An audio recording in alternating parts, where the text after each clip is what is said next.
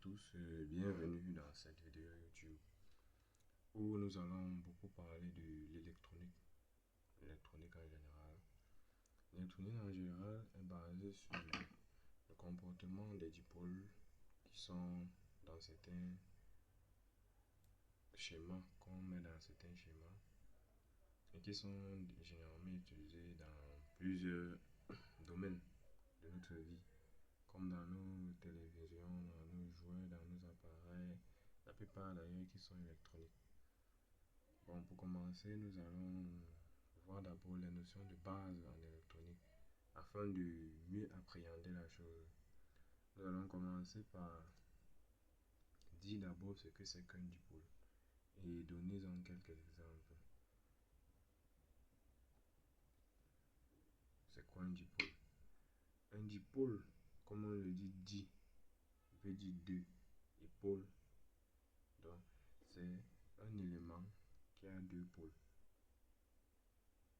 qui a deux branches, comme par exemple la résistance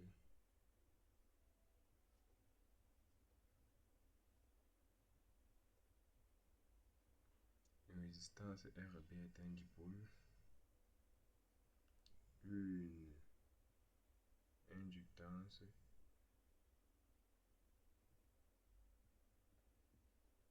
est un dipôle, une capacité est aussi un dipôle.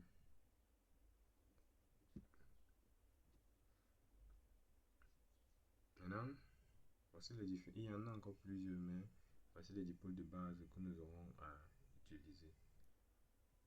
Maintenant, nous allons nous intéresser aux lois fondamentales de l'électronique. Comme loi fondamentale,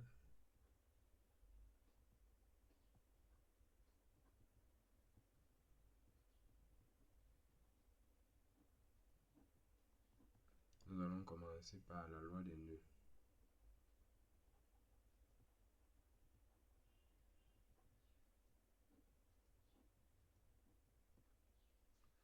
Un nœud, c'est quoi dans un circuit électrique? Un nœud, c'est un lieu de rencontre entre plusieurs branches d'un circuit électrique. Un circuit électrique peut être composé par plusieurs branches, comme l'exemple ici.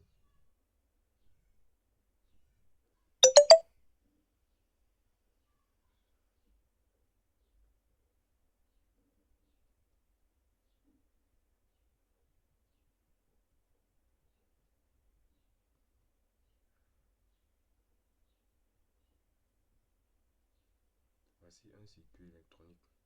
Nous avons là une source de tension E. Nous avons là deux résistances. Maintenant, nous avons cette branche ici là dans notre circuit, cette branche ici et celle-ci. Nous voyons que voici la première branche, voici la deuxième et la troisième. Toutes ces branches-là se réunissent en ce point. Et le lieu de rencontre de plusieurs branches est appelé nœud. Donc nous pourrons le marquer là N. Maintenant, dans la loi des nœuds, ce qui nous intéresse, c'est le courant. Ce sont les courants qui nous intéressent dans la loi des nœuds. Donc ce générateur-ci E produira un courant qu'on va noter ici grand I. Ce courant, lorsqu'il atteint le nœud, il se divise. Donc un viendra de ce côté dans la résistance R1 qu'on va appeler I1 et l'autre dans la résistance R2 qu'on va appeler I2. Dans la loi des nœuds, au nœud N dit quoi? Que la somme des courants qui entrent dans le nœud N est égale à la somme des courants qui en sortent. Et c'est dans un seul sens. Donc si on prend ce sens-ci, pour le courant entrant, nous allons voir que le courant entrant I entre dans le nœud, I1 et I2 sortent du nœud, donc I1 est égal à I1 plus I2. Ça, c'est la loi des nœuds dans les circuits électroniques. Cette loi va nous permettre à calculer par exemple le courant I lorsque nous aurons un circuit comme celui-ci en calculant d'abord I1, ensuite I2, puis faire la somme pour avoir le courant I. Donc c'est une loi très importante en électronique. Maintenant après cela, nous allons voir la loi des mailles.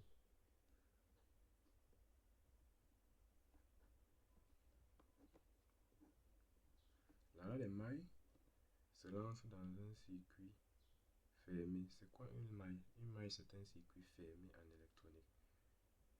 Nous allons prendre l'exemple du circuit précédent.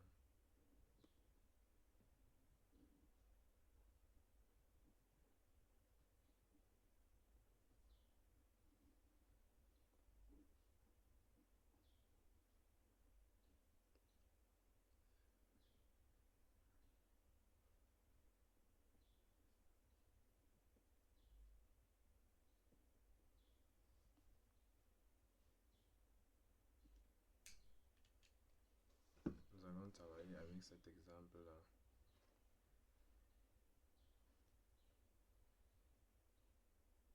Une maille, c'est un circuit fermé.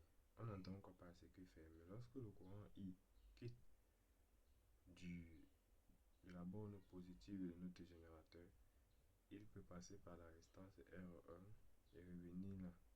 Ça, c'est une maille, parce que le circuit est fermé. Nous quittons de la borne positive, nous revenons à la borne négative. Pareil ici, nous prenons ce chemin-ci là. On quitte par la source de tension E, on passe plutôt par la résistance R2 et on revient à la borne négative. De la même façon qu'on peut quitter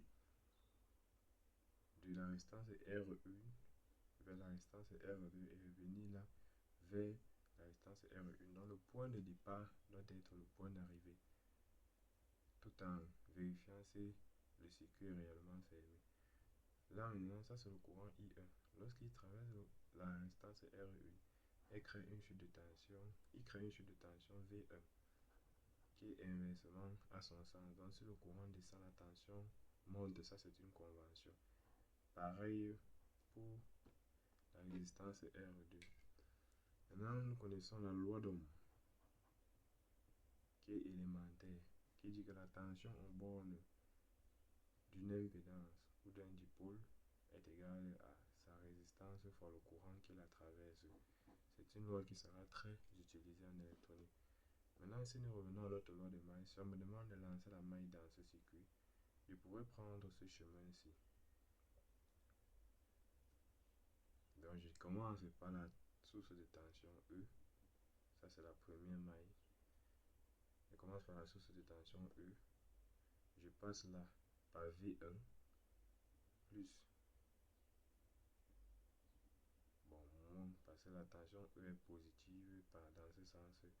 Et il vient heurter la tête de V2, de V1. Donc, V1 sera compté négatif par rapport à E. Ils sont dans le sens contraire. Donc, on aura E moins V1. Après V1, on retourne là, est égal à 0.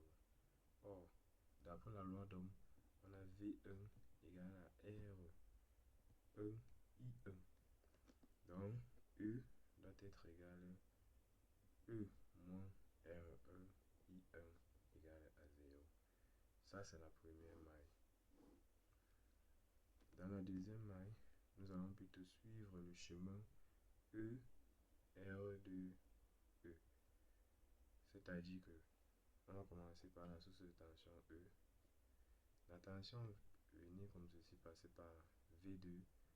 Nous voyons que les deux sont de sens opposé. Ce sera E moins et V2 égale à 0. Or, d'après la loi d'Ohm, V2 égale à R2I2. En remplaçant la E moins R2 I2 égale à 0. Voilà la deuxième maille que nous pouvons lancer. Et la troisième, c'est celle-ci. On commence par V1 sur V2. Dans le sens de V1 positif, V2 sera négatif. Donc on aura V1 moins V2 égale à 0. C'est-à-dire qu'on aura R1 I1 moins R2 I2 égale à 0.